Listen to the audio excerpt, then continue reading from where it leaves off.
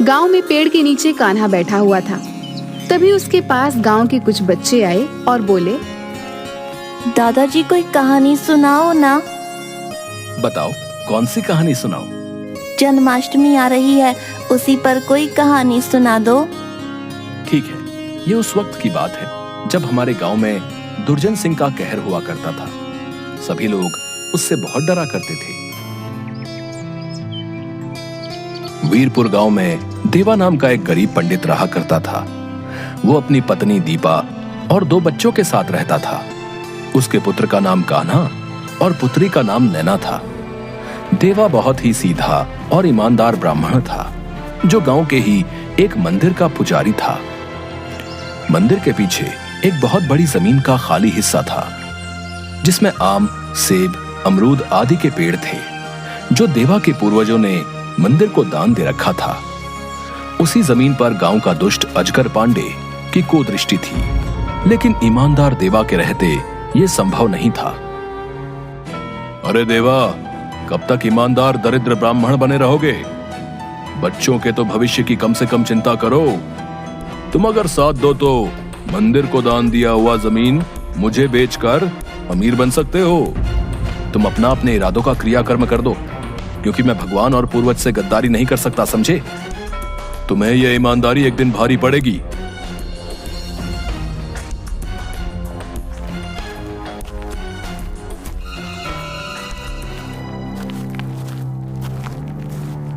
कान्हा, तुम मना करने के बावजूद आज फिर से फटी हुई ड्रेस पहनकर आए हो।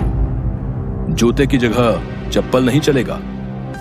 सर, मैंने पिताजी से बोला था, लेकिन उन्होंने कहा कि अगले महीने नया ड्रेस ला देंगे।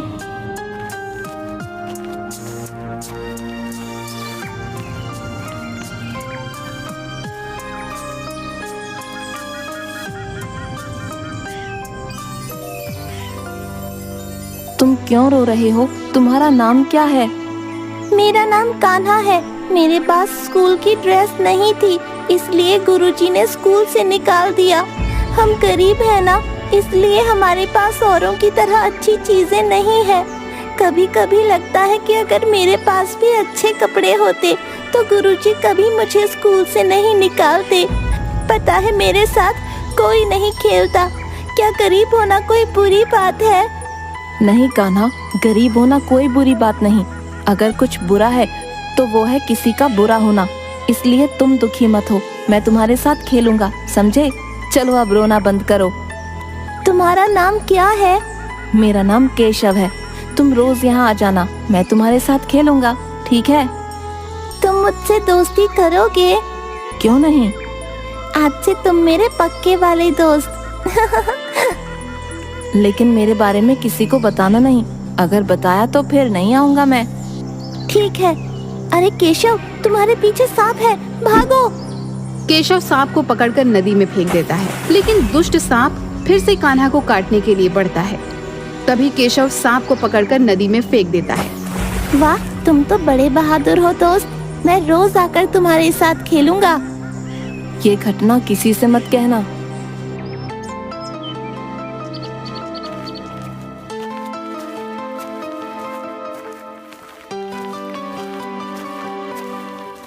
पुजारी जी, अरे ओ पुजारी जी, रुको जरा।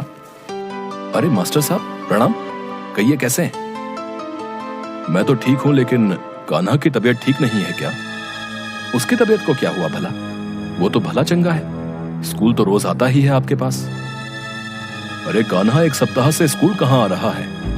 हमने सोचा कि लगता है बीमार होगा। नैना तो हाई स्कूल में दूसरी बिल्डिंग में है, इसलिए आपसे पूछ लिया। क्या? अब माफ कर दीजिए मास्टर जी, मैं अभी पता करता हूं कि क्या बात है। पहले ये बताओ कि तुम स्कूल क्यों नहीं जा रहे 1 सप्ताह से? क्या बोल रहे हैं जी?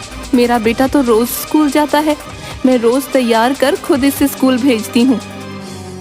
अभी रास्ते में मास्टर साहब मिले थे, वही बता रहे थे कि कान्हा 1 सप्ताह से स्कूल नहीं जा रहा है।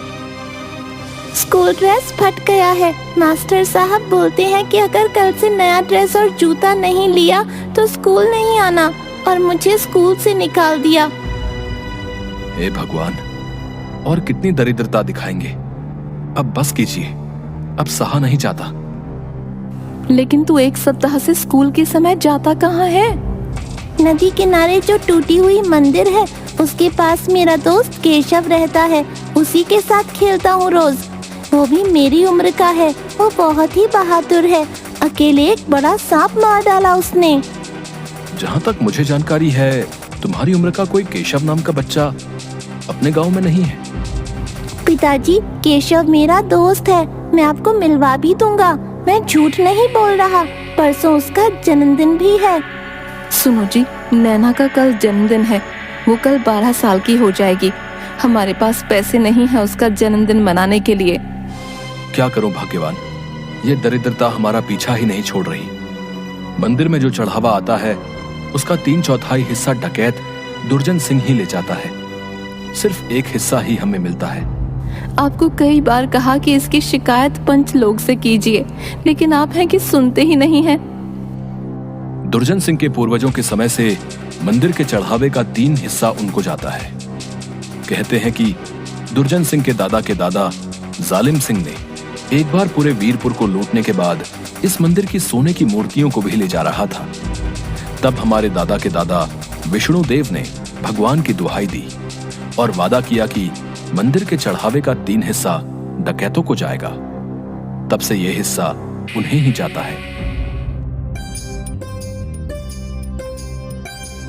पिताजी, मेरी सहेली बबली का पिछले महीने जन्मदिन था। उसने जो फ्रॉक पहना था ना, वैसी ही फ्रॉक मुझे चाहिए। अगर मुझे वो फ्रॉक नहीं मिला तो मैं जन्मदिन नहीं मनाऊंगी। बेटा, जिद नहीं करते। देखो बेटा, बबली के पिताजी सेठ धूमल दास का शहर में सबसे बड़ा सुपरमार्केट है। उनकी कमाई लाखों में है। हम लोग उनकी बराबरी नहीं कर सकते। हाँ बेटा, जिद नहीं करते। अब की बार तेरा जन्मदिन धूमधाम से मनाएंगे। दूसरे दिन सुबह सुबह ही दीपा उठकर नैना को मंदिर जाने के लिए उठाती है, लेकिन नैना बोलती है कि जब तक बबली जैसा फ्रॉक नहीं मिल जाता मैं जन्मदिन नहीं मनाऊंगी। ये सुन के दीपा को बहुत बुरा लगता है और वो कुछ देर बाद नैना का फ्रॉक और कान्हा के लिए स्कूल ड्रेस लेकर आ जाती है। नैना के सभी दोस्त को जन्मदिन के पार्टी में बुलाती है। अरे, ये फ्रॉक तो बिल्कुल मेरी तरह है, बहुत ही कीमती फ्रॉक है। वाओ! हाँ, मेरी माँ लेकर आई है। वाओ, कितना सुंदर केक है, क्या बात है। पार्टी में सभी नैना की सुंदर फ्रॉक के बारे में चर्चा करते रहते हैं। कोई बोलता है कि पुजारी जी को लगता है गड़ा खजाना मिल गया है, नहीं तो जिनको एक दिन खाने के लिए सोचना पड़ता था वो इतनी अच्छी पार्टी कहाँ से रखते। पुजारी जी, सचमुच आपकी बेटी की जन्मदिन की पार्टी बहुत अच्छी रही। मेरी शुभकामनाएं बिटिया के साथ हैं। फ्रॉक में बिल्कुल परी लग रही है। हाँ, इस ड्रेस की कीमत हजारों रुपए में है। परसों ही मैंने बबली के जन्मदिन पर उसे खरीद कर दिया था। लगता है पुजारी जी को कोई गुप्त धन की प्राप्ति हुई है। क्यों पुजारी जी? अरे, मुझ दरिद्र ब्राह्मण के पास कहां से धन आएगा? पता नहीं दीपा ने कहां से पैसे का इंतजाम किया है। ठीक है पुजारी जी, अब चलता हूँ। रात भी ज्यादा हो गई है। आपको भी कल जल्दी उठना होगा। कल जन्माष्टमी है ना? हाँ हाँ, कल मंदिर में कृष्ण जन्मोत्सव बड़ी धूमधाम से मनेगा।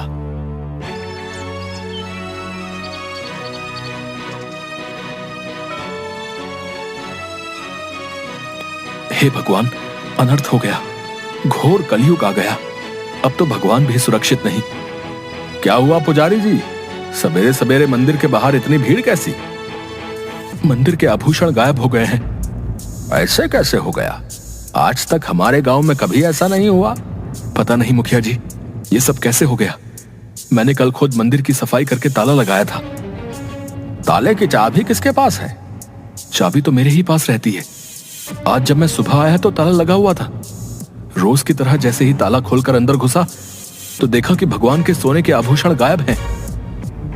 क्यों देवा, सभी बता रहे थे कि कल रात की तुम्हारी पार्टी करोड़पति सेठ धूमल दास से भी शानदार थी। नहीं, मुझे तुम्हारी ईमानदारी पर कतई शक नहीं, लेकिन कहीं भाभी जी ने... अजगर, मुंह संभाल कर बात करो। लेकिन शानदार पार्टी पर गुप्त धन की बात पर तूने भी भाभी जी का ही नाम लिया था। दीपा, तुम बताओ कि जो ये लोग शक कर रहे हैं उसकी सच्चाई क्या है? आप भी मुझ पर शक कर रहे हो। ठीक है, मुझे अपने कान्हा जी पर पूरा भरोसा है। अब तो वो ही इंसाफ करेंगे। एक वक्त का खाने का ठिकाना नहीं तुम लोगों का, और चले गांव वालों को पार्टी देने। मूर्ख समझा है क्या हम लोगों को? मैंने चोरी नहीं की है, आप सब मेरा यकीन करो। मैंने पार्टी के लिए अपने सोने के कंगन बेचे थे, क्योंकि मैं अपनी बेटी को उसके जन्मदिन पर दुखी नहीं करना चाहती थी। वाह जी वाह, जिन लोगों को हर चीज से पहले सोचना पड़ता है, उन्होंने सोने का कंगन बेचने से पहले एक बार भी नहीं सोचा। वाह! आप जाकर जौहरी से पूछ लीजिए, वो सब जानता है। अरे वाह, हमें मूर्ख समझती हो? हम सब जानते हैं। पक्का तुमने चोरी से पहले ये सब किया होगा, ताकि तुम पर कोई शक ना करे, और जब बात तुम पर आए तो तुम इस तरह से बच जाओ। मुझे तो लगता है चोरी इन्हीं दोनों ने की है, और अब भोले बन रहे हैं। मैं तो कहता हूं कि इन सब के सबको गांव से निकाल दो। हमारे गांव और हमारे मंदिर को ऐसे पुजारियों की कोई जरूरत नहीं है, जिनका कोई धर्म ईमान ना हो।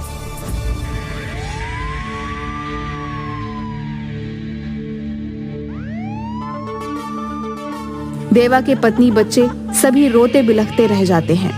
एक को तो पुलिस ले गई, अब तुम अपने इस बच्चे को लेकर निकल जाओ हमारे गांव से। हमारे गांव में तुम जैसों की कोई जगह नहीं।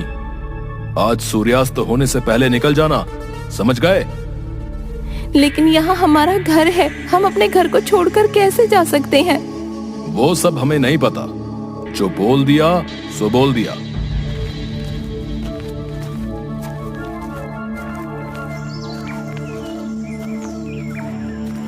ये सब क्या हो गया प्रभु? आज तक हम जैसे भी थे, लेकिन कम से कम गांव में थोड़ी इज्जत तो थी। सोचा था कि शायद आपकी कृपा से हमें मिला है, लेकिन क्या वो इज्जत इसलिए मिली थी ताकि एक दिन वो इस तरह सबके सामने तमाशा बना दी जाए? हर दुख सहा प्रभु, लेकिन कभी शिकायत नहीं की। आज नहीं सहा जा रहा, बहुत तकलीफ हो रही है प्रभु। या तो सब ठीक कर दो, या इतनी शक्ति दे दो कि ये सब सह सकूं। पता है प्रभु, बस ये समझ नहीं आ रहा कि आप तक मेरी विनतियां पहुंचती नहीं, आप सुनना नहीं चाहते। आपके तो दुनिया में कितने भक्त होंगे, लेकिन मेरे लिए तो आप ही थे ना सब कुछ। हर खुशी में, हर दुख में मेरे लिए सब कुछ आप ही थे।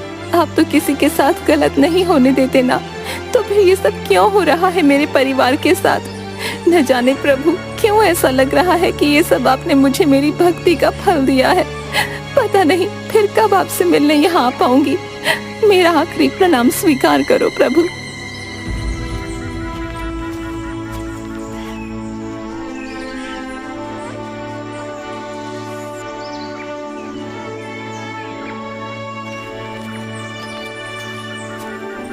क्यों रो रहे हो कान्हा?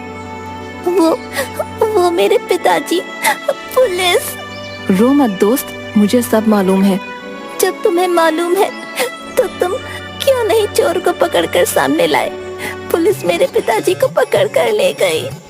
तुम्हें बताया था ना कि आज मेरा जन्मदिन है, इसलिए थोड़ा व्यस्त था। चलो मंदिर के पास तुम्हें तमाशा दिखाता हूँ।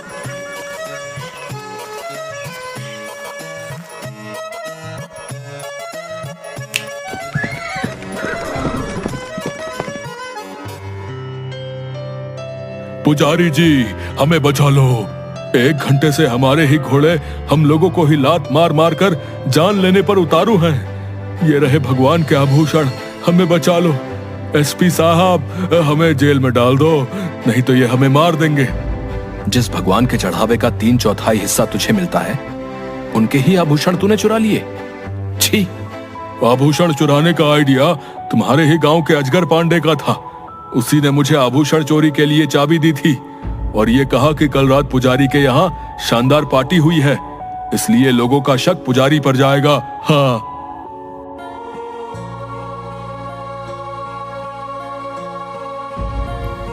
ठीक है, अब मैं चलता हूँ। मेरे जन्मदिन पर सभी मेरा इंतजार कर रहे होंगे। मुझे माफ कर देना दीपा, मैंने तुम पर शक किया। मैं अच्छा पति नहीं बन पाया। कोई बात नहीं जी, परिस्थितियां ही कुछ ऐसी थी, लेकिन अब आप सब भूल जाइए। मैं बस खुश हूँ कि सब ठीक हो गया। प्रभु आपका बहुत बहुत धन्यवाद। जिंदगी भर ये दीपा आपकी ऋणी रहेगी। अजगर पांडे और दुर्जन सिंह ने अपना जुर्म कबूल कर लिया है। ये सब उन्होंने ही किया था। हमारे श्री कृष्ण हमारे साथ इतना गलत भला कैसे होने देते? पिताजी पिताजी, मेरे दोस्त केशव ने सब कुछ ठीक कर दिया। कौन केशव? मैंने आपको बताया था ना मेरे दोस्त के बारे में, उसी ने ठीक किया ये सब। आज जब मैं रो रहा था तो उसने कहा कि रो मत, सब ठीक कर दूंगा।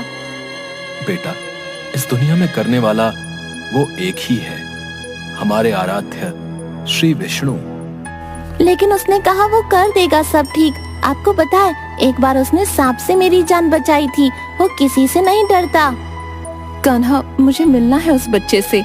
वो तो चला गया, उसका आज जन्मदिन है ना। उसने कहा सब उसका इंतजार कर रहे होंगे। क्या नाम बताया तुमने उसका? केशव। जी सुनिए, हमारे आराध्य को केशव के नाम से भी तो जाना जाता है। मैं जानती हूँ, वो मेरे प्रभु ही थे। वो हमारी मदद के लिए केशव बन के बाल रूप में आए थे। हाँ मेरे बच्चे, मैं समझ गया तुम्हारा दोस्त केशव कौन है। चल मंदिर में, आज तुम्हारे दोस्त का जन्मोत्सव धूमधाम से मनाएंगे। तो ये थी मेरे दोस्त केशव की कहानी, जिसने हम सभी की मदद की थी। बच्चों, जोर से बोलो, हाथी घोड़ा पाल की जय, कन्हैया लाल की। अरे कान्हा, बच्चों को कहानी ही सुनाता रहेगा या थोड़ा मेरे साथ भी वक्त बिताएगा? अरे कुछ दिनों बाद तो मैं चला जाऊंगा शहर, फिर सुना लियो जितनी कहानी सुनानी है। अब चलो बच्चों, अब खेलो। मैं चला अब अपने सैर सपाटे में। उसके बाद कान्हा और उसका दोस्त दोनों लाठी टेकते हुए घूमने निकल जाते हैं। स्टोरी अच्छी लगी हो तो स्टोरी को लाइक करके चैनल को सब्सक्राइब कर ले और साथ ही बेल आइकन को भी दबा ले ताकि हमारी स्टोरी सबसे पहले आप तक पहुंच सके।